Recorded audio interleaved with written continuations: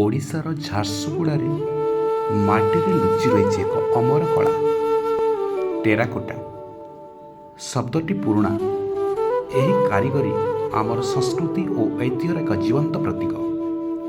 Terracotta ଶବ୍ଦଟି ଲାଟିନ୍ରୁ ଆସିଛି, ଯାହାର ଅର୍ଥ ପୋଡ଼ା ମାଟି।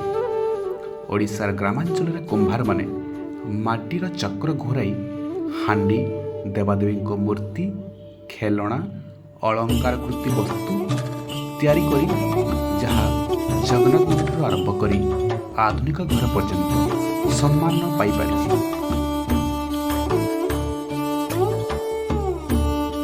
ବରଗଡ଼, ସୋନପୁର, ନବରଙ୍ଗପୁର ଭଳି ଅଞ୍ଚଳରେ ଏହି କଳା କୁମ୍ଭାର ପରିବାରମାନଙ୍କର ଜୀବିକାର ମୂଳସ୍ତମ୍ଭ ସାଜିଛି। ମାଟିକୁ ଶୁଚି କରି ଚକ୍ରରେ ଆକୃତି ଦେଇ ସୂର୍ଯ୍ୟରେ ଶୁଖାଇ ଓ ନିଆଁରେ ପୋଡ଼ି ଏହାକୁ ସ୍ଥାୟୀ କରାଯାଏ। ଏହାର ଲାଳିମା ରଙ୍ଗ ଓ ପ୍ରାକୃତିକ ସୌନ୍ଦର୍ଯ୍ୟ ଏହାକୁ ପରିବେଶ ଅନୁକୂଳ କରିଥାଏ।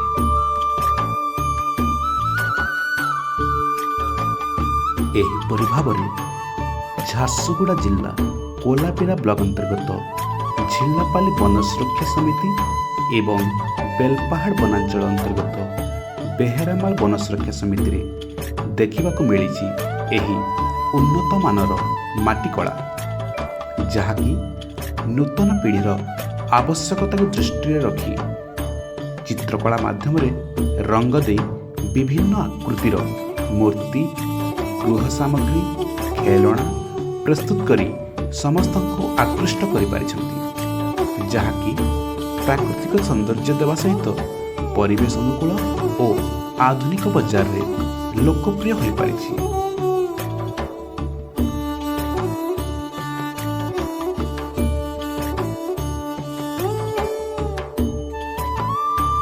ଏହିଭଳି ମାଟି କଳାକୁ ଉତ୍ସାହ ଦେବା ମାନେ ଓଡ଼ିଶାର ଗ୍ରାମୀଣ ଜୀବିକାକୁ ଶକ୍ତିଶାଳୀ କରିବା ଓ ଆମର ସାଂସ୍କୃତିକ ମୂଲ୍ୟକୁ ବିଶ୍ୱ ଆଗରେ ଉପସ୍ଥାପନ କରିବା।